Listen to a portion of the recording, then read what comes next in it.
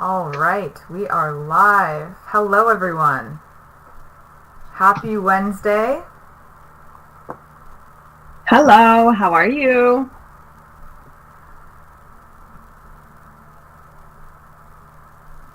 All right, we can get started in a minute. We'll let some people trickle in.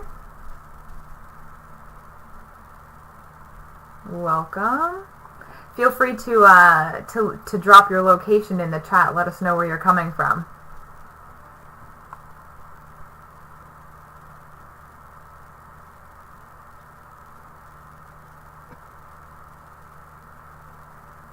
Okay.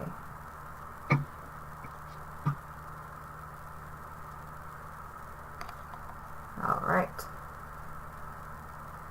And we can probably get started. Hello, Kathy. Hello. Glad to hear that you guys can hear us on the other end. All right. Well, we can probably kick things off soon. Righty.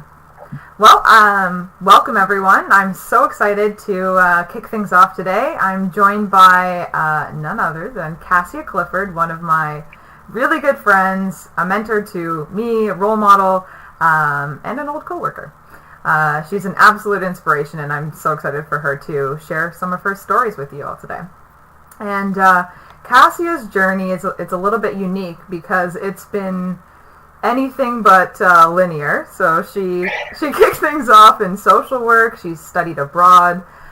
She started her MBA. She's launched her own business, and now she's kind of dove into cybersecurity. So she's truly done it all, and we're going to get a bit of a glimpse of what that journey looked like for her and what ultimately brought her to cybersecurity. Right now, she is currently the security compliance manager at Knak, a company here in Ottawa. They're a fast-growing company that provides a codeless marketing tool for enterprise marketing teams. And so just before we get started, I'll let everyone know that we will record the session and share this on the Techsploration YouTube channel for you to rewatch, or for other students who weren't able to make it. But today our audience is filled with high school students, so I thought it would be fitting to take you back in time, Kassia, and learn more about you in high school. So what was high school like for you? Yeah, thanks, Olivia. So excited to be here, and thanks everyone from Techsploration for inviting me on, and everyone who joined in. I'm always pumped to talk about the eclectic background I have and how I landed here where I am now. Mm-hmm.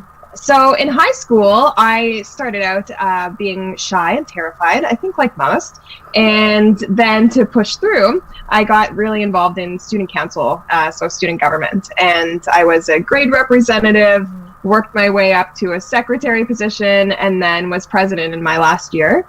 And what that meant is my role, as I saw it, was being really involved in the student body and motivating all of us to do good things, have school spirit, and really be a positive person, which meant I got to be myself. Mm-hmm. It also meant I got to use a microphone, which I love, as you know, and I had to push through any of the fears that I had of stage fright, mm-hmm. and, the normal physical things that happen when you're nervous, where your face goes red, or your neck goes red, or your mouth is dry, all of that stuff that has helped me in my professional life now, mm-hmm. connecting with other human beings, whether it's public speaking at events like this or just one-on-one building real relationships with people. Yeah. And with that experience in high school, did you think you knew where you wanted to go? And was it related to those experiences? I did not know where I was going at all in high school, other than I was getting out of there. Mm-hmm. I knew that. Not that I wasn't grateful for the experience. Mm-hmm. I just wanted to explore new things. Mm-hmm. So I think when I was really young, I wanted to be an actress, and I was certain that was my path. And then mid-high school, I thought, well, I'll probably be a lawyer because, they make good money, and I'm super great at arguing different points. And then I got to the end of high school, and I really didn't know. And at the time, a lot of people were saying, well, you should become a teacher. They get summers off, and that was basically the argument. And I thought, I don't know if that really sticks with me. So yeah, I certainly wasn't sure at all. I just knew that I would figure it out. And it's funny, actually, I'm moving and I was packing my yearbooks, and one of the things I wrote, it asks, one of the questions you're asked in your grade 12 year is, where do you think you'll end up? And people would say, a job or with the place or with the family. And I said, in my place. I was just like, I'm going to give myself a little opportunity to figure that out as I get there. That is so beautiful. That is beautiful. Thanks for sharing that. And I think that's really interesting that you, and likely it's pretty similar to a lot of students. I remember feeling the same way. Like I had, and it wasn't that I didn't necessarily know what I wanted. It was almost like this paralysis from all of the options that I could go out and pursue. So how did you, from being in that position, jump into a post-secondary education in like sociology and French? What ultimately brought you there after high school? Yeah, great question. And I do think it's important to note kind of the pressure that we feel because of paradox of choice. That's something I learned in sales. You give too many options and it's difficult to know what to choose. And so when we were in high school, there's so many options, which is amazing, but how the heck do you figure out what to do? So I guess I'll say I chose to study sociology and French, sociology, because I could not understand why people would bring pain onto others. Like it just did not compute for me. Like, why would you ever be mean to people? Why is there war? Like, what's happening in the world? Why are people acting like this? And I figured, well, I might as well study that. And French is a beautiful language. It's like a song. So I knew that not only would that help me with career opportunities, which it has, it also was something that I just think is beautiful and I like it. Yes, I love that. And it led to a job opportunity for you, which, it's not in cybersecurity, but I think it was still, a significant part of who you are right now. And I'm sure it plays into your role in cybersecurity. But I know you worked for, an organization working with mental illness, or people with mental illnesses. And so could you talk a bit more about that experience coming out of school or with your education background?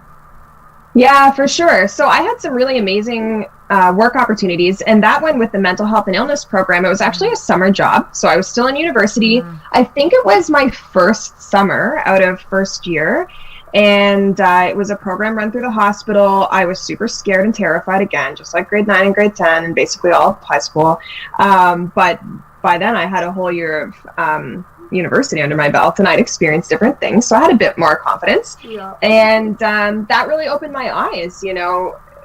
I think we do a lot better job today talking about mental illness and really just mental health. We care for our physical bodies, let's care for our mental bodies, mental minds as well. But that opened my eyes as to how more people, even in my small community in rural Eastern Ontario, how people are struggling, and then also what kind of supports are in place to help them. So that was really interesting. I also worked as a beer cart girl during that summer too, because I like sunshine and I got a free golf membership, and I remember making tips, and thinking, "Whoa, I was making $20 an hour." Like I hadn't earned that kind of money yet in my life, and that was pretty cool. So a little taste of commission that came later as I did enter into cyber, and I will say I rely on that sociology degree more than I probably did in social services work now that I am in cybersecurity, because a lot of security is about how are we changing people's behavior and what motivates them to operate in certain ways. Yeah. And creating that huge internal change within organizations, like a lot of the heavy lifting there, I'm sure. A lot of it translates from the work and the learnings that you had in your degree. So that's pretty cool. And I know you mentioned that life was scary and there was so much going on in high school, and I think that's really the rest of life too, throughout university or college, throughout work life. Like it doesn't get any less scary. You just start challenging yourself with new things, and those things become new fears. But that's the beauty of life. It is, 100%. Yeah. So from that experience, maybe you can help us all kind of fill in the gaps from that degree to cybersecurity and what ultimately brought you there? Yeah, sure. So the beginning of my career, I fell into social services work. And what I mean by that is, because I still didn't know what I wanted to do, I left university. I'm like, well, I came, I conquered. I'm done with this. I'd like to get in the working world and see what that's all about, make some money. I'm tired of all these exams and papers and stuff that I need to do. And so I'm very grateful for those experiences. However, I didn't at the time have any clue how that fit into the longer term vision of my life. Mm-hmm. And so I started working at a women's shelter, actually, in the town I grew up in. And so I was working in the residence where there were 24-hour shifts. That was pretty intense, also eye-opening. And then I got a maternity leave contract and that was kind of like my first big girl job, I often called it. And from there, I moved on to doing crisis intervention work with military communities. So I worked with a nonprofit at Base Petawawa. And we were still serving in Afghanistan at that time. So I had a lot of family members as well as military members come to my office for support because I was outside of the chain of command. And at the time, I learned a lot about restricted data and following certain policies and standard operating procedures to share information and what that would be like. And so that's, right now, when I look back, I can see how the first couple of years of my career where I spent doing safety planning, risk assessments, and really supporting people and making changes in their own life or their families helps me now in cyber as I'm helping organizations do that same thing. As is the custom in social work, I burnt out. Normally it's 5 years. I lasted 4, but I like doing things fast, right? So I do. And so I moved on. I spent some time with my family's business. I grew up in a family-run agribusiness that also does some commercial construction. And so, again, male-dominated space, working with entrepreneurs.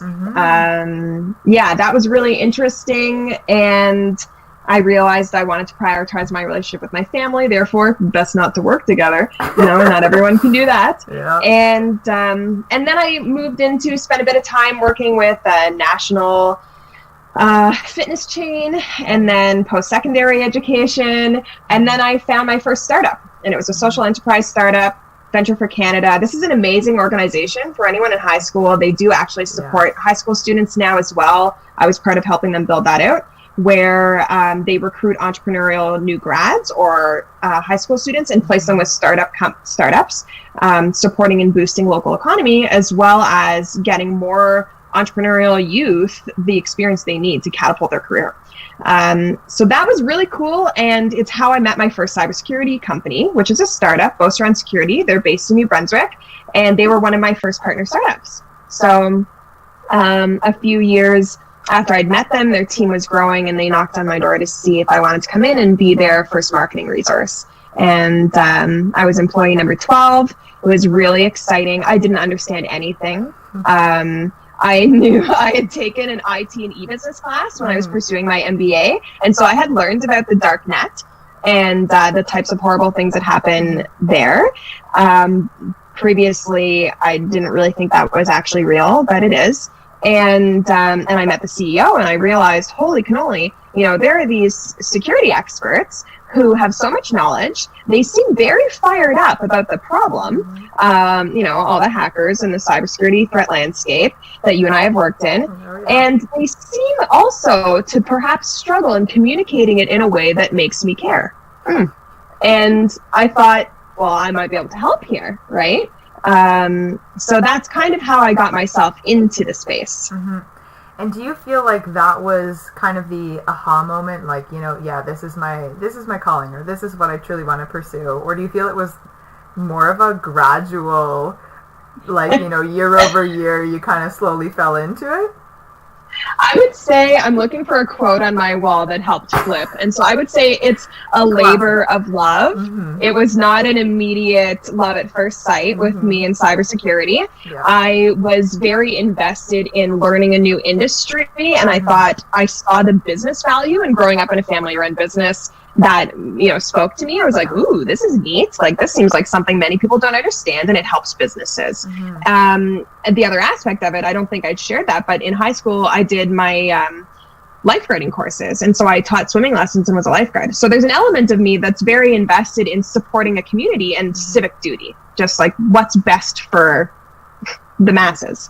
And I saw cybersecurity as an opportunity to help in a different way where we need a ton of help because there's a huge talent shortage and there are more and more breaches that we hear about every day. And even with COVID and more people working from home and school happening from home, that's just blowing up, right? So I think I was in the field for about a year and realized, whoa, I have so much to learn. I'm just starting to understand a little bit about what's happening.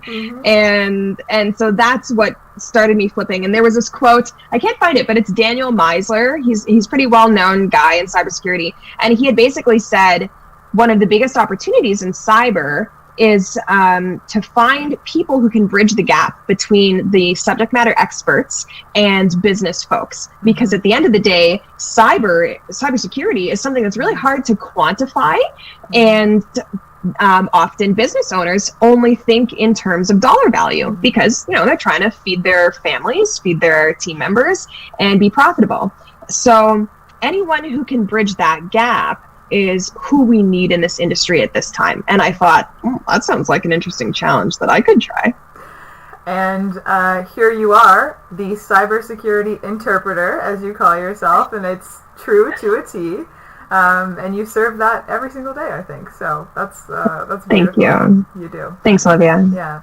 And so earlier on, coming out of high school or throughout all of that, roller coaster ride of cool, awesome opportunities and work experience, did you have mentors, either one or two that were maybe consistent throughout, or did that kind of change throughout that journey for you?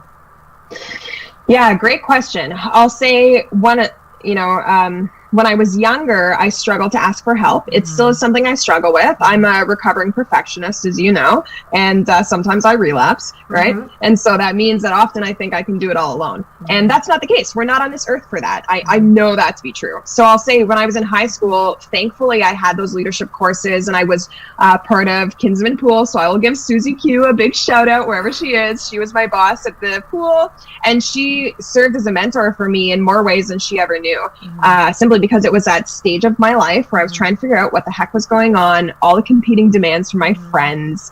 I didn't know who, I was still figuring out who I am, same as I am now, but I just didn't realize that that's okay, and that's lifelong.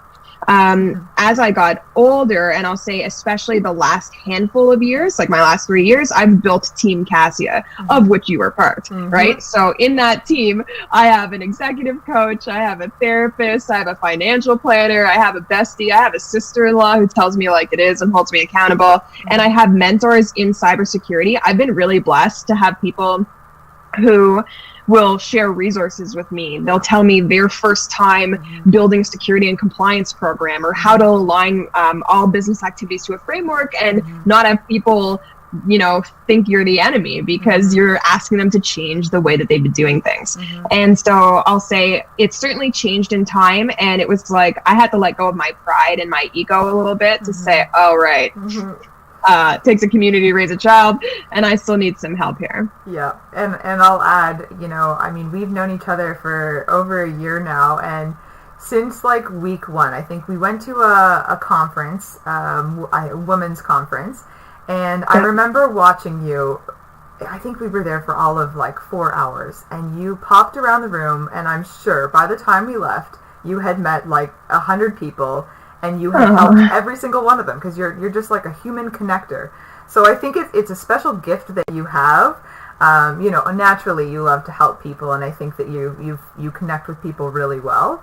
And so that's probably been something that you've been developing throughout your whole life. So for the high school students, what kind of advice could you give them when they're kind of looking for mentorship or looking for someone to turn to that might help them kind of pave that path forward? Yeah, great question. And thanks for that. It was the Women's Business Conference, and that was a super fun day. It was it was really close before COVID hit. So lovely. We got to be in the room. Yeah. And I do like shaking hands, right? I like meeting people and connecting. So that helps me a lot. Yes. And I leverage social media. I leverage LinkedIn for that now. And I've met a ton of people who I consider mentors on LinkedIn that I can pick up at any time with something where I'm feeling overwhelmed. So for high school students, what I would say that would be valuable is just remember everyone was once where you were. So there's no shame being exactly where you are. There's nothing wrong with that. Like, write that down if you need to. I got that on some Post-its in about every room in my space, just depending on what's going on in my life. However, I would say if you meet people, if you run into people, if you go to an event, if you come to something like this and you hear someone speak and you're like, oh, I like that lady's vibe, I want to know a little bit more, then reach out to them and ask them. The very worst thing that's going to happen is they're going to say, I don't have time. And what is that about? It's not a rejection of you. That's about them not having time. However, many of them have been helped along the way. So they may be able to refer you to somewhere else, or they may be able to point you in the right direction, and someone who can help. So that's one, is when you meet somebody and you're in a space, ask for help, right? It's their job to say no and to monitor whether they can do it or not. And if you're not going places to meet people, start there, right? Because you're not going to meet anybody if, you're not putting yourself out there. And I know that can feel challenging when it's all virtual, but at the same time, it does make it a little less stressful because, you can put yourself on mute. So that's certainly one place. And then the other thing, if you're interested in STEM and cybersecurity in particular, I'll say, I got very involved when I came into the field with women in cybersecurity meetup groups, Ottawa cybersecurity meetup group. I've signed up for all these meetups, which are virtual groups that come together on a monthly basis to share information. And through them, I learn a ton. Plus, I meet real live human beings who I then can connect with that totally help me on my journey. Yeah. I can agree with all of that. And I think, like, you brought up something super interesting with this virtual world that we're living in. I think it's almost like there's less of a barrier for you to reach out to people and connect. Because that's how we're all connecting right now. You don't have to physically attend an event locally or fly somewhere to meet people. You can reach out, and it's kind of more normalized now and very welcomed. I still find myself doing that now in my present day, reaching out for help, whether it's mentorship or help on projects that I'm working on. And I would consider myself someone who loves to give back as well. So when you reach out to people like yourself, they're always willing to and like you said, if they don't have the time, they'll let you know, and that's not a rejection to you. And really, you can try again. Like, I've heard some pretty cool stories, especially in the world of entrepreneurship, where people have reached out, over the span of 2 or 3 years to meet, role models, and eventually people get back to you. So persistence is another thing. Well, and that's something important to remember too. So good point there. I will say that global piece is interesting because I don't even know how it happened, but on LinkedIn, I had started doing in the last role these Friday application security videos, basically documenting that part of my journey in cybersecurity. And some of it was to feel connected to community because I was, like all of us, stuck inside. And I'll say through that, like, I met a beautiful human being before starting this new role. Shout out to Chris Sant, who's in New Zealand. And Guy sets me up with all these resources that totally took away the fear, any insecurities I had about moving into a new role with Knak to support them in building their security program, and just made me feel like I have a whole community that I can rely on and tap into at any time, right? And that's so beautiful. And I'll add for the viewers, Kassia on LinkedIn shares every week. She shares cybersecurity videos. So if you are looking for some resources and kind of a taste of what a day in the life of cybersecurity looks like, that is an awesome place to start. Completely free and public, so feel free to check that out. But I know we have about 6 minutes left. And so I wanted to dive a bit deeper into your current work experience now. And so maybe we can start by highlighting, I know it's a newer job, but what is, if there's kind of one thing, your favorite thing about your job day to day? What do you love most?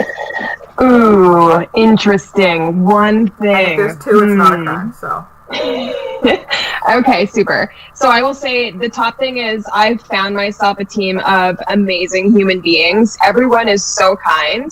I keep kind of looking over my shoulder and be like, what's happening here? But these, the people at Knak, they are building this amazing culture. They've been doing it for 5 years and they prioritize that. And we've scaled to growth.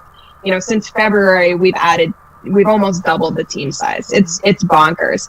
And so that's one part of it. And then in particular, my role, I had always wanted to do change management and consulting with organizations. And I had no idea how to get there. And what's really exciting is, well, I kind of snuck it into every single job that I had because I'm a problem solver. But here I'm brought on to help the company build a security and compliance program, bring together everything they've been doing. And they've been doing amazing for a startup the size they are. They've been crushing it. So bring all of that together and then support in spreading the good word of cybersecurity, which I'm really passionate about within the team as well. So I feel really, excited to be able to do that with some good humans who are kindly accepting change as we move forward. Yeah, and for the Kassia that I know, or the Kassia I've known for the past couple of years, I feel like this position just seems so aligned with what you were striving for, right? And the work experience that you have and what you're passionate about and where you're also skilled. So it's like the perfect intersection of all of those things. So it seems like a really cool opportunity. And now, on the flip side, what do you feel like is the most challenging, or do you feel like something you'll face that will be kind of the most challenging part of your position there? So I think I'm already facing it, and it's, I work with a ton of self-awareness. That doesn't mean I always know how to fix all the things I'm aware of that I'm working on over here. But I'll say, there's so much to do in a growing company, and right now my role is helping us become SOC 2 compliant. And SOC 2 is one of the highest regarded, most well-known cybersecurity frameworks that makes security a bit more tangible, so people can touch it and grab onto it and be like, oh, okay, that's what we spent that money on and did all those things for. We get this, right? It's an attestation at the end. So it really proves to our enterprise clients that we take their data and their information seriously, and we're protecting that. We're doing everything we can to do so. So what's hard? Well, what's hard is I know my role is asking people to change how they do things. And in order for people to change how they do things, from my sociology background and background in social work, I know people have to be ready to change. And so, you can bring a horse to water, but you cannot make them drink. We know that. So, and that doesn't mean I'm running into blocks. It just means I'm aware that effective change management, in my belief, my experience, takes understanding the other person. So my job, I feel like my job right now is get to know my colleagues, understand what works well for them, what doesn't, understand what they care about, what motivates them, and then figure out how can I flip them to open up their minds to cybersecurity and adopting these new habits. And so a lot of it is, again, like, okay, I want to do things perfectly. I want to take care of everything. Well, neither of those are realistic. Perfect is the enemy of the done. That's not going to happen. So it's moving the needle forwards, putting myself outside my comfort zone, knowing I'm learning with them, and knowing also that it's not my job to do all the things. It's to really narrow the focus on security and compliance for the company. Yeah, and I think a lot of that just takes time. So patience is another thing when you're trying to move mountains, but also dealing with people, right? Like that often is one of the greatest challenges in most jobs. It ultimately boils down to people management and working with people. So no, that's a great addition. Thank you. And I know we have about a minute left, so maybe I will open the floor to questions. And if there aren't any questions, then we can close out and see if Kassia has kind of a final thought or a piece of advice that you would have given, high school version of you a few years ago. Yes. So happy to take questions anytime. I did put my LinkedIn profile in the chat as well. So feel welcome to hit me up and connect. Even if you don't know what to say, that's cool. I will accept your request. and you can hit me up later, unless you look suspicious and like a threat actor, in which case it might take me several weeks to sleuth you out, and then I will accept your request. But the advice I would give to me, high school me, or to anybody else that's listening is, well, there's two. One is trust your instincts. Okay, so if you in your belly know you want to do something, or you know something feels really scary and wrong, listen to that. Okay, like that's your inner compass. Pay attention. And the next thing is, if you don't know something, just Google it. Like the number of times I've looked like a hero from Googling it and trying to figure it out, and then saying, hey, like, you know, I'm new to this, but and that can be like the beginning of my career.